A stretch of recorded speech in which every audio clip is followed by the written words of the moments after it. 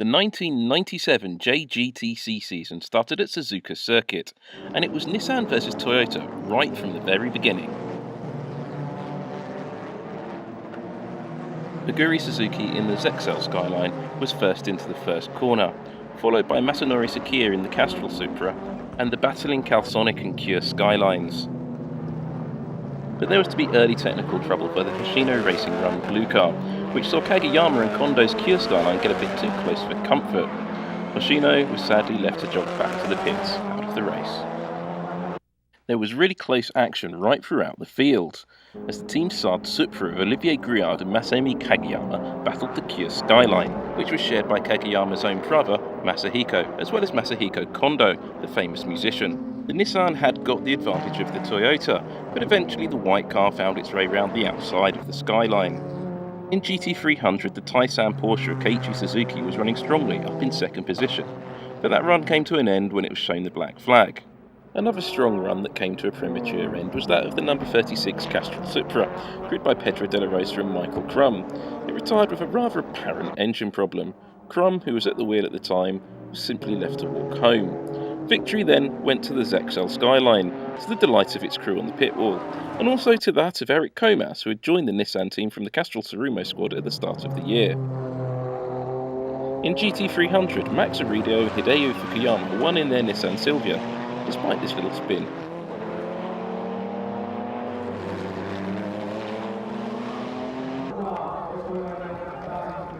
The second race of the year was at Fuji Speedway, and as ever the weather was somewhat gloomy. That didn't leave Toyota downhearted though, as its Supras were all at the front of the pack. The action started as soon as the lights went green, with Toshio Suzuki's Supra turning left when the track turned right. Further round the lap, the Kia Skyline encountered four cars all trying to be on the same piece of track at the same time, with predictable results, and the retirement of the Dome NSX.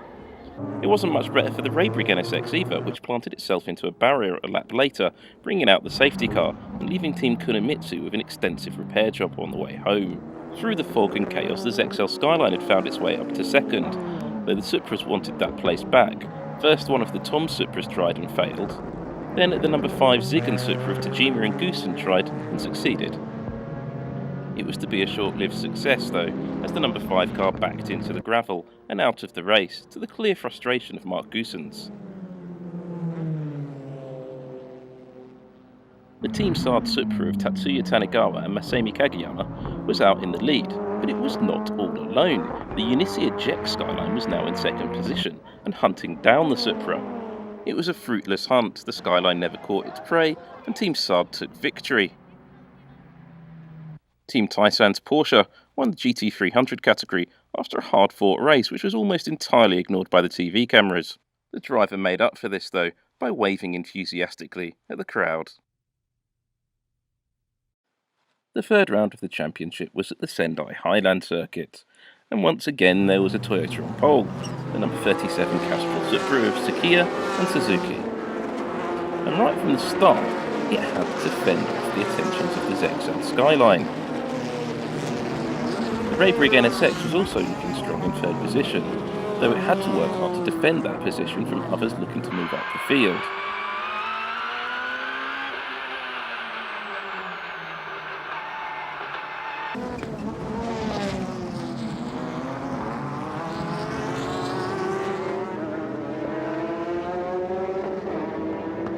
The leading pair started to edge away from the Honda ever so slightly, which itself had edged away from the fourth place Toyota.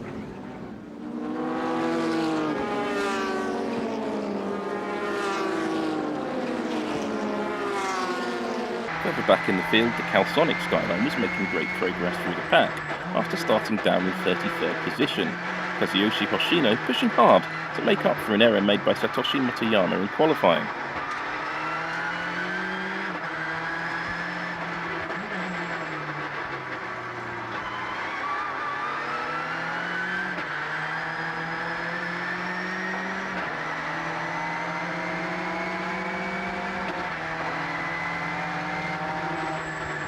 In GT300 there was, as ever, a hard fight at the front of the field, with the number 25 MR2 getting physical with the Dunlop BMW. The MR2 got by, so the BMW had to find somebody else to play with.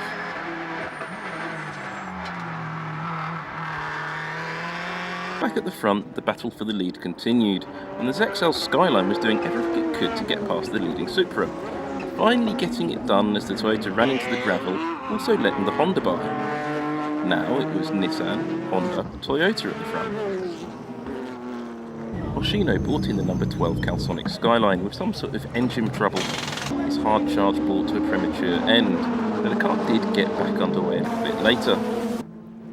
The Raybrigg NSX started to fade too, dropping back down the pack with gear selection issues.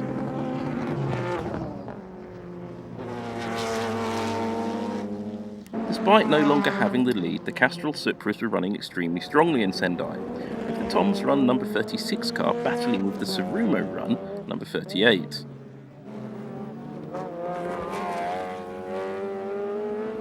The race leader came into the pits so that Eric Comas could hand over the ZXL Skyline to Oguri Suzuki. The 36 Castrol Supra was also on, so Crum could take over from Pedro de la Rosa. As the cars rejoined the track, the ZXL car had a decent lead over the Supra.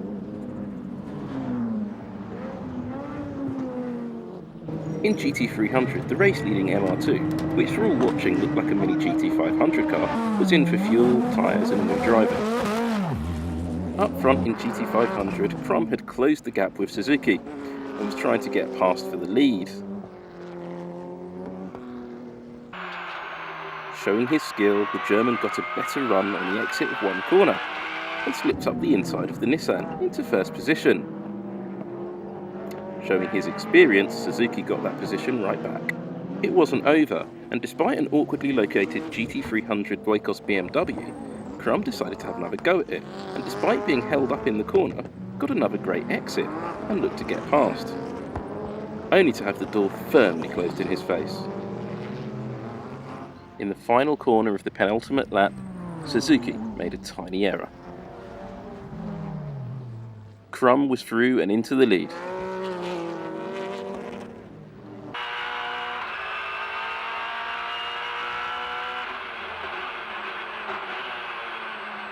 Suzuki, in the Nissan, tried to respond, but his rear tyres were finished, and by the end of the race, the lead was secure.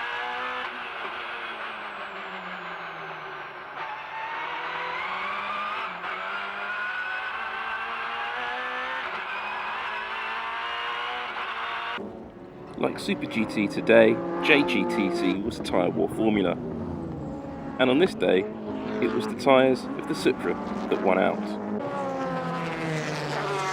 Michael Crum and Pedro de la Rosa in the Castrol Supra were the winners of what had been an absolute classic race.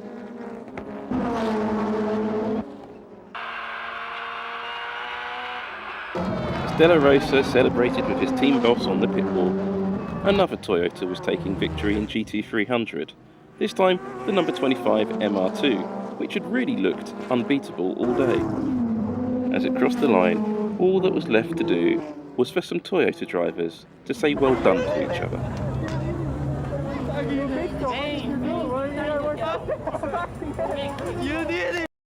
Round 4 and the special GT Cup at Fuji Speedway, and it was again a Toyota dominated start with 7 Supras in the top 10. First of the 7 after the start was the 38 Tsurumo Run Castrol liveried car. The two Hondas were having their own private fight, with the Raybrigg NSX getting past the Dome Mugen Honda. It was clear that the Dome car had a problem, later traced to its upright. The Nissans were having private battles as well, as the ZXL car and the Cure car once again encountered one another, and once again the Cure car got turned around. The front of the GT500 field was something of a Castrol Supra parade, right up to the pit stops. But a safety car brought out for an incident not picked up on the TV cameras resulted in the Saab Supra, which had pitted out of sequence, taking the lead. In GT300, the Team Taisan Porsche, which started 6th in class, was now fighting for the lead with the 910 Porsche. That battle was interrupted when the GT500 Dunlop Porsche hit the tyre wall hard, bringing out the safety car. This handed victory to the Saab team of Kageyama and Tanegawa. With the interruption of the safety car, Team Taisan were victorious in the Porsche, in GT300, and they gleefully sprayed sparkling beverages all over the cameraman. A calendar tweak saw the Central Park Mine circuit host the penultimate round of the championship, and for the first time a Honda was on the front row, fighting for the lead with the Powercraft Supra. The Dome Mugen Honda got into the first corner first, and the Supra was then passed around the outside by the Raybrig car. It was an NSX 1-2 and a battle for the lead. The Mugen and Dome project car, driven by Kurosawa and Yamamoto, was eventually passed by the Team Kunimitsu with Mooncraft Racing Raybrig NSX.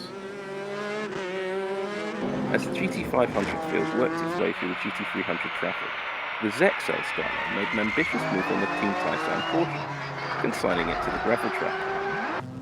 Once it got back underway, the Porsche driver made it very clear what he thought of Aguri Suzuki's move. The Cure Skyline team probably had similar thoughts about the driver of the 510 Tsurumi Supra, driven by former Pacific F1 teammates Bertrand Gachot and Paul Belmondo. But at the front of the field, Team Kunimitsu's pit crew were proving to be a decisive factor as the race leader came in for the pits for fuel, tyres and a driver change. But it was to be decisive in favour of the Tom Supra, which had inherited the lead after the Toyota pit crew worked faster. Team Taisan's new Dodge Viper proved popular with fans, but not so much with the Saab Supra, which had tipped into a spin. It was victory for another Supra. Crum, Della Rosa and the Castrol Tom's car crossed the line victorious. In GT300, Masaki Bando celebrated as his team's Nissan Silvia won that category. The championship finale was held for the first time at Sportsland Sugo, and it was wet. But the attention was all on the championship contenders, the 36 Castrol Supra of Crum and Della Rosa, and the 39 Supra of Kageyama and Tanigawa. The two Hondas had locked out the front row and led from the start, followed by all but one of the Supras ahead of the Nissans. Drama came immediately as the Raybrig NSX found itself pointing in the wrong direction just after the first corner and had to wait for the entire field to go past. The championship battle was playing out on track with the Saab Supra just ahead of the Tom's Castrol car. As the sun broke through the rain clouds, Michael Crum made a rare error and lost the back end of the Supra, spinning to a halt. After a tense moment, he recovered and got back on the tail of the Saab car. Crum had closed the gap, and when he was trying to make a move into the first corner, he got it wrong, hit the rear end of the Saab car. The Castrol Supra had to take a short trip through the gravel trap, and then a longer trip to the pit lane for repairs, while the Saab car also pitted with damage to its rear end. The Saab team not only decided to swap its drivers, but also the treaded rain tyres for a set of scrubbed slicks. Not easy to change with damaged bodywork.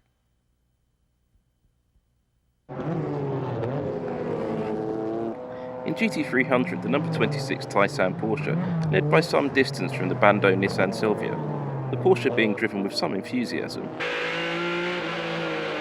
Soon, both of these title contenders would be pitting as well. While Bando's pit crew were the fastest of the pair, the Porsche managed to leave the pits ahead, but the Nissan was right on its tail.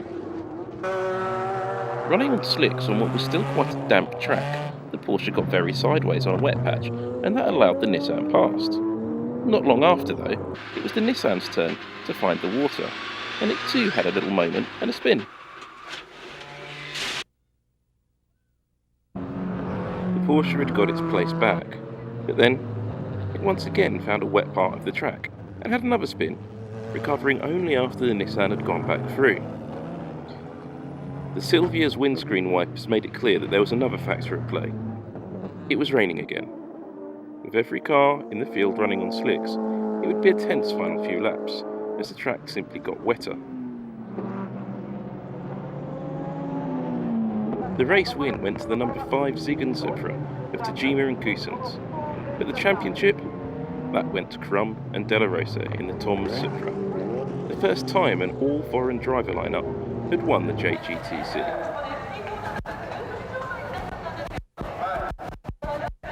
Emerging from the mist as GT300 champions was the racing project Bando Nissan Silvia of Max Arido and Hideo Fukuyama. There were celebrations on the pit wall and polite applause, and more of the same on the podium for the champions in both categories. The championship was over, but not the racing season, as some of the teams headed to a brand new track for the Nico's All-Star race, Twin Ring Motegi, Honda's new facility. There would be 2 races on the track's brand new oval, but with bollard chicanes added for extra action, creating a kind of roval. As the green flag waved, the Zexel Skyline said, "Let's go racing, boys," and set off into the lead, ahead of 2 Castrol Supras and the Dome Mugen Honda.